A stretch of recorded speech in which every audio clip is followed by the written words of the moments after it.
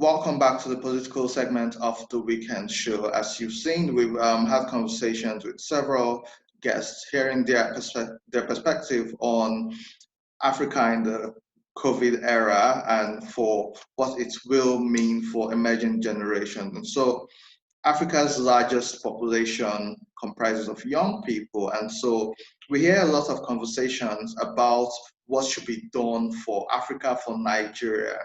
But how often do we listen to the people who it actually affects the most? And so it's my pleasure to introduce a guest. Her name is Teniola Taya. She is a Pan-Africanist, passionate about change in Nigeria and Africa. She's currently pursuing a postgraduate degree at the London School of Economics in African Development. And she's also a Chevening Scholar. Tenny is also a Global Shaper, which is an initiative of the World Economic Forum. Huge resume. Welcome to the Weekend Show, Tenny. Thank you, Andy. Thank you. So it's actually a pleasure having you. And so I'll jump right into it. I read an article by you a couple of days ago, which spoke about what will Africa produce, like going past oil. And I said this earlier, uh, in the recovery phase, certain countries are doing better than others. And unfortunately, Nigeria is in the third group. So the first group has Morocco, it has Ethiopia, it has Rwanda.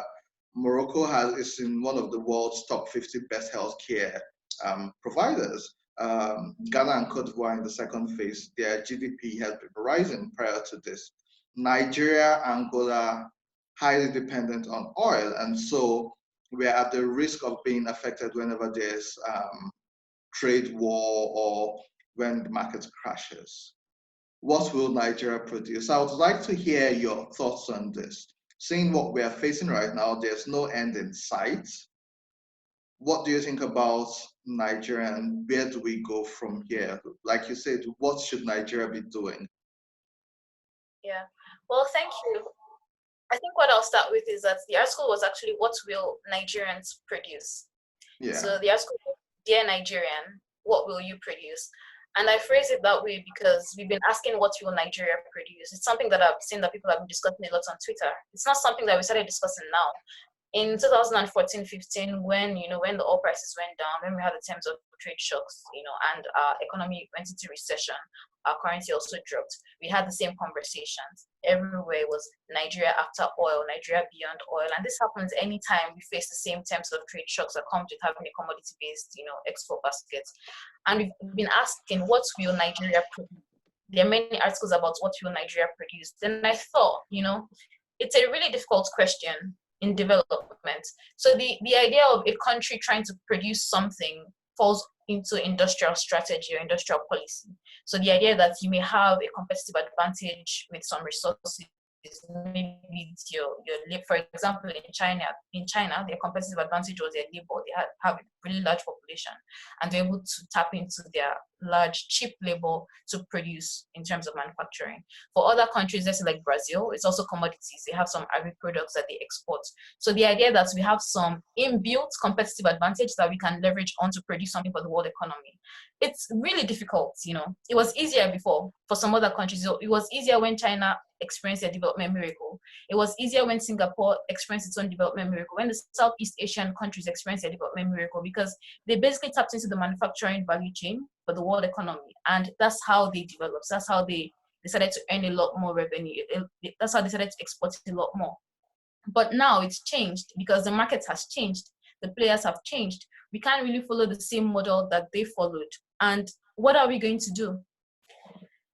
So a lot of people have been thinking about this, right? There are some scholars. One scholar that I would mention is Tandika Mkandiwere. He's an African development expert. He died very recently, which was very sad for the development community. But then you also have other scholars, and what they've said is that if Africa would like to follow the same development path, Africa can't follow Southeast Asia or China. We can't because the market has changed.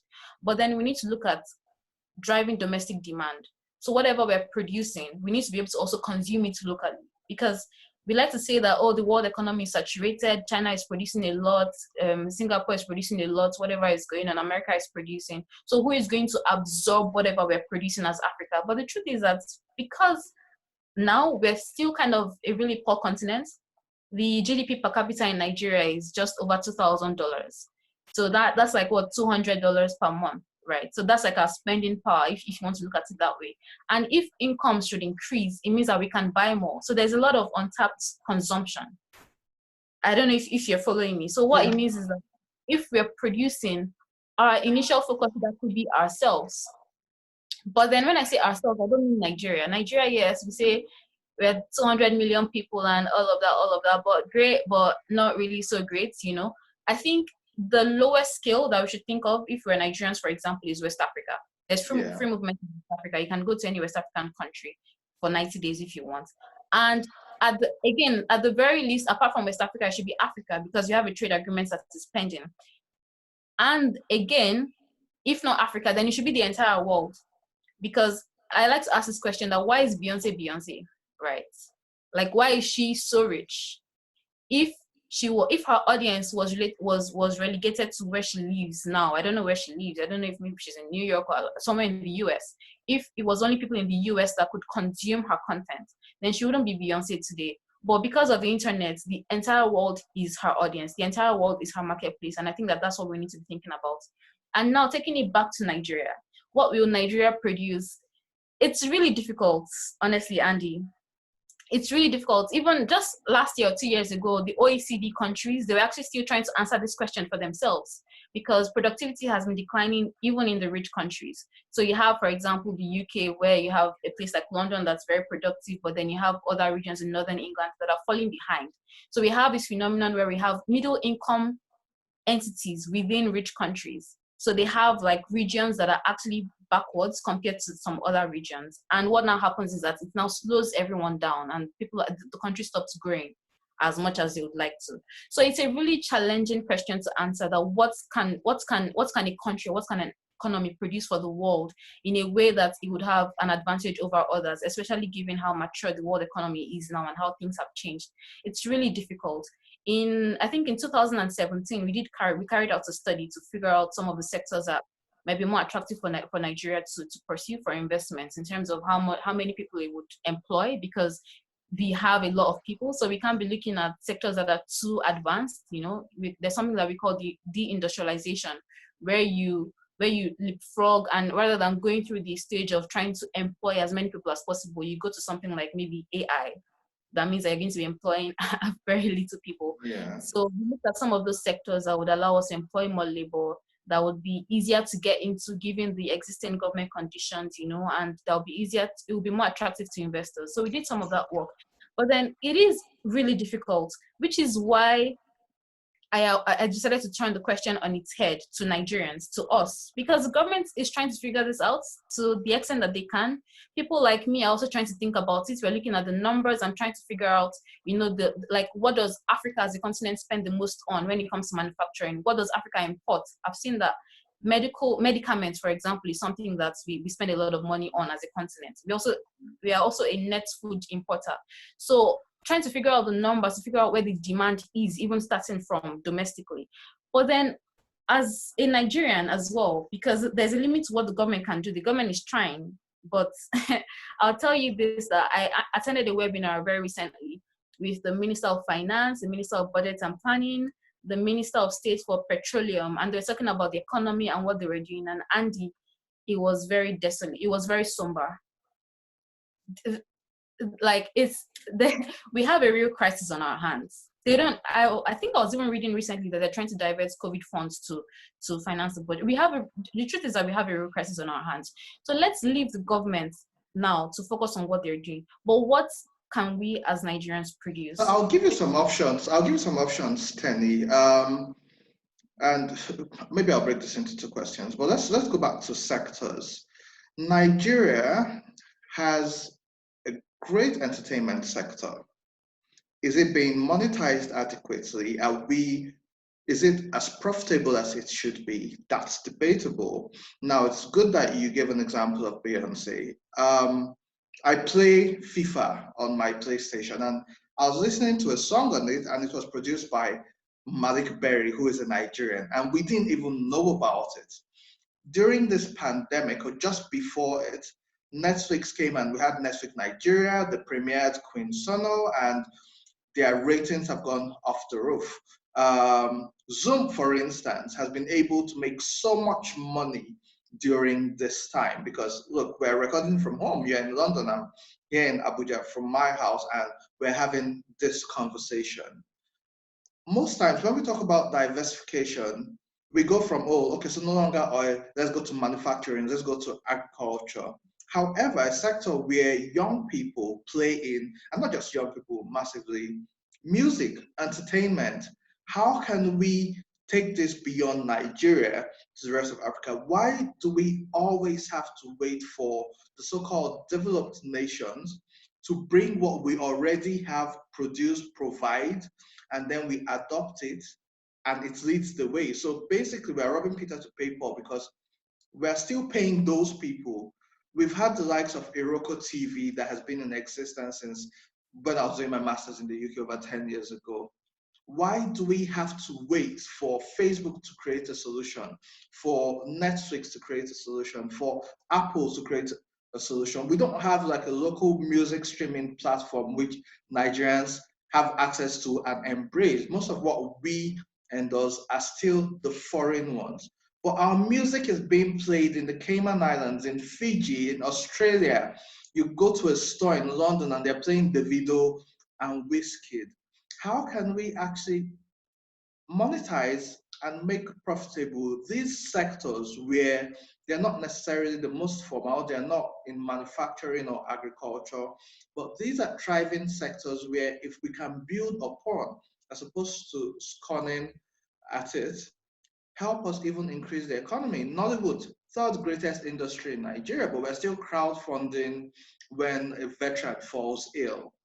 How can we leverage the talents which we have, the noise which we have, the numbers which we have, to ensure that Nigeria can actually go back to being that giant of Africa? Because we already have these things. What can we do to make it actually better? Yeah, I'm really glad you brought that up because when I was thinking about this, I thought about the movie industry and the music industry, the entertainment industry.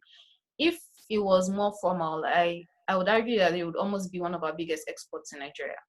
There are very few African countries that you go to where they don't watch Nigerian movies or where they don't consume Nigerian content. Like you said, our music is everywhere in the world. But I guess we have monetized it poorly and not been able to extract as much value as we can from it. And the truth is that as much as these industries grew by themselves, they didn't have government support.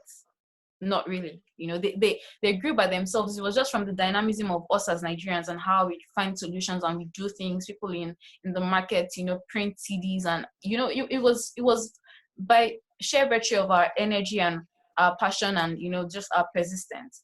And I think that it's the same way that we're going to have to try to extract more value from these industries. It's not going to fall from the sky. The things that are making money in the American music industry were started by people. We're started by individuals. We're not started by the American government. So one thing that I'd like to say, Andrea, is that I think we should give ourselves some credit as well, because there are people that are trying to put things together. I know, for example, there's a thing called Afrinali Space that tries to support actors and directors and, just to build a more formal industry around what we are doing. One thing that I would also say is that we need to stop thinking Nigeria. Anything that we're doing, we need to stop thinking Nigeria. At the very least, it should be West Africa. At the very least, because what you realize is that you open up your scope, you open up your market.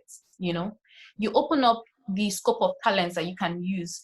If we start doing more collaboration across West Africa, like let's say we're doing with Ghana, maybe we're doing a lot more with some of the francophone countries, trying to bridge the language gap and everything, it will just explode because now French-speaking people and English-speaking people will be able to consume our content. So I think that the solutions, even though we say this all the time, but actually the person that's going to revolutionize the entertainment industry or the people that are going to do that are ourselves, not the government. The unfortunate thing is that the governments may end up coming to tax us because they need money from us when we become productive, and that's how we're going to contribute to our country's development. But then the people that are going to revolutionize these industries and transform them ourselves. And what I encourage people to do, if you're in the music industry or in the entertainment industry, even if you forget Nigeria for a moment, think about yourself. If as an individual I earn maybe $10,000 a year, which for Nigerian standards is fair enough. That's like, well, maybe 3.8 million naira a year. That's like maybe 300K About per 4 month. million at the moment, yeah. And so just above 300,000 naira per month. That's fair enough for Nigeria. But what if, because of knowledge and innovation, because of learning, because I took some courses, I learned how to, monetize or use technology to expand my markets for music, or to make sure that people pay, even if it's $1 or 50 cents or whatever, across the world, when they're using my music or using it for something. What if I learn, like invest in my knowledge and in my learning, create something, innovate, and then my income goes from $10,000 per year to $100,000 per year. Nigeria's GDP per capita is $2,000 per year. So that means just me alone, I've added $90,000 in the Nigerian economy, hoping that I spend the money in Nigeria and not outside Nigeria. So I think we just need to think about it that way. And for example, maybe there's a woman in Mushin, she has 4 children. She's really poor. She's at the risk of dying very soon, and her children may also die of poverty. But then if you as that person figures out that solution, it's not hard. We have the talent is in us. We just need to invest in like learning more and seeing what other people are doing and finding a way to apply to our context. So if that person, whether it's me, if I find that solution and I'm able to monetize it, I'm able to expand, I employ one of her children, maybe one of her sons, and then I pull him out of poverty. He pulls his mom out of poverty. He The pulls his trickle siblings. down effect, You have a generation of people that are producing, and that's what happens. That's what happened in America to an extent. They got it wrong in a sense because they forgot about people at the center. It was just about the business. But then I argue that one opportunity that we have as Africans is that even as we try to develop, let's not follow the same model that some of them did, like America. We should never forget the people at the center.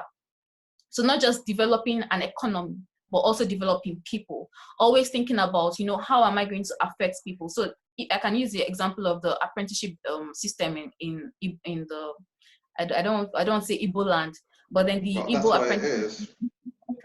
Yeah, how it's not just about commerce, but it's also about inclusiveness. Giving people opportunity that they may not have been exposed to. So I think that that's one way that we can think about it. Honestly, if someone is in the music industry, in the film industry, I encourage them to sit down, take a pen, take a book, and think. We need to start thinking. We need to start thinking.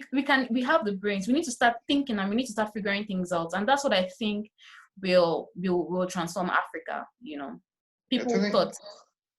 Yeah, so I like that you've spoken from a human angle, which in most cases is lacking, how as individuals we could capitalize on all of this. So my last question for you, global cooperation versus African cooperation and coordination. We have systems where, because of how badly hit the economy is, we may be facing a continental recession, the first in about 25 years, where the whole of Africa may get into a recession, according to, I think, the World Bank. We have a system where, as Africa, Europe and America tells us what to do. They tell us, look, we're giving you XYZ amount of money. However, you have to use it on ABC. We are refunding money stolen by your previous government, but you have to use it for ABC. In your opinion, as a development professional, do you think this is to the benefit of Africa being, let's use the word guided or supervised by other countries? Because you've spoken about tailoring situations to suit the continent, but we're still having these dictations given to us by other continents and other countries. It's just the same way with the COVID pandemic, for instance. Some Nigerians started talking about chloroquine since January, February. But the moment the US president came out and said, oh, there's chloroquine and hydroxychloroquine, then it became accepted. Why do we have to really wait to get approval and validation from other parts of the world before we take move in Africa? So global coordination and cooperation, or continental coordination and cooperation. What are your thoughts on that? Final words. Yeah, well, A few weeks ago, or actually a few months ago now, I read an article titled Africa as a World Problem Child and How I Feel About It. And it was basically about how after leaving Nigeria, leaving Africa to go to study, I realized how everything that we're dealing with that we thought was our problem to deal with, the world was seeing it as their problem. So Africa was a world problem. Everyone is trying to prescribe what will work for Africa. But then if we think about it, this is what has been happening since era. Like they thought that they knew what was best for us. And if we say it's been about 200 years now, or over 100 years now, what we are seeing is that it is not working. That's just the truth. 100 years plus of Western influence, of Western domination on Africa is not working. A lot of Africans are poor. We're poorer for it. They claim that like how many billions of dollars in aid, like Dambi Samoye will tell you, but then we're poorer for it. So I think that it goes without saying that if Albert Einstein said that you can't solve a problem at the same level of thinking that you started it. Look at Nigeria. The fact that Nigeria relies so much on oil exports, for its economy, means that Nigeria it's a gatekeeper state. So literally standing at the gate to collect taxes from the oil that is going in and out, and then not a lot more productive activity going on. That thing was as a result of the kind of colonization that Nigeria experienced, because the colonial government ran a gatekeeper state to extract revenue for the queen. So a lot of these problems can be traced to Western influence that is not Africa-centric. It's not like they have their own interests, and which is fine. They have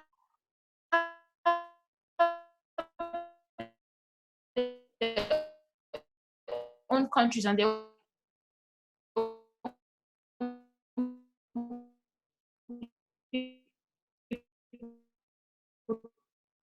think about if they players to start and would actually relent. So when someone tells you, oh, you need to do this, do that, if we're truly confident and we said, no, I know what's going to work for my economy and I know what I'm going to do, they will relent, because it's like a game that we play on all of these big tables, whether it's at the WTO or anywhere else. It's a game. And I think that one thing that we need to do as Africans is to look at ourselves differently. We've internalized the way the world looks at us, as these people that need help. We're always calling on the international community. I'm like, what do you mean the international community? Like, what about you? I was somewhere and a friend of mine was asking some Europeans that, oh, what are you going to do about the retreat of democracy in Africa? And I had to cut him off. I said, what do you mean? What they've been doing for the past 100 years, how has it helped us? What are you going to do about it? You as an individual, you as a Nigerian, what are you going to do about it? So I think that the mindset change is really important, because they do not know better than us. I tell people that the IMF does not know how to run Nigeria's economy. It does not. It's just the truth. We had there's this really there was this really bad period in African development where for almost 20 years, African economies almost as a group declined. It was when, we got into debt crisis, and then the Bretton Woods, the IMF and the World Bank restructured our debts and then enforced some of these conditions on us. And it didn't work. In fact, I think that was the genesis of a lot of problems that we have today, because that was when we stopped funding tertiary education, we stopped funding healthcare. A lot of the things problems that we have now can be traced back to that period. So the truth is that they can say whatever they want to say, but if we are sure in ourselves that we know what we want to do and we're determined to do it, I do think that it would change the way the game is played. We need to take back our agency. We have learned to look up to them. We grew up watching Western movies. We grew up seeing how great they are. But one thing that I'm grateful for this pandemic is that it's showing how great they're not. They're not great. Yeah. So we need to believe in ourselves and believe in the knowledge that we produce, because it's very valid. Even if it's not recognized in the global sense, it's very valid for us and what we want to do. I always say that, sometimes in my class, when they're talking about, the way people talk about Africa or what people say about African politics, I say, well, to an extent, what you guys are saying about Africa and African politics, there is a limit to how much it really affects me back in Nigeria. You can be pontificating and talking all you want, but then as long as you don't get in my way, which is what I think to myself, all of my classmates that are, writing all of these papers about what they're going to do, how they're going to help Africa, all of these Westerners, another generation of Westerners that are coming to help us. I'm like, okay, your country will fund you to do your development projects, but then I will figure out my problem, as an African, because I'm the best place to do so. And so far, other people trying to do so it hasn't helped. It hasn't worked. that's just the truth, We just have to face the truth and start looking at ourselves. And I encourage people that are watching this to read up on Thandika Mkandawere, because he wrote a lot about African development policy, and he was also passionate about social policy. And I think that it's really important, because that's how we make sure that even as we try to develop as a continent, we don't leave any region behind. If Nigeria is trying to figure out what it's going to produce, it can't focus on the cities. It has to remember every single region and find a way to incorporate them into the value chain. Because if we pull some people out of poverty and leave others, we're going nowhere fast. We're going to get stuck.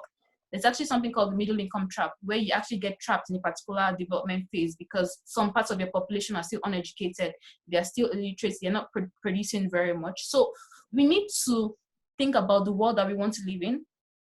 And as a last final thought, Andy, I want to just, I know that they say that the Nigerian dream is, I know there was this thing on Twitter where they said, oh, the Nigerian dream is to japa, to leave Nigeria. But I want to break something to some of us here. Many of us are not going to leave Nigeria. It's just the truth. I'm not going to leave. I'm getting ready to go back.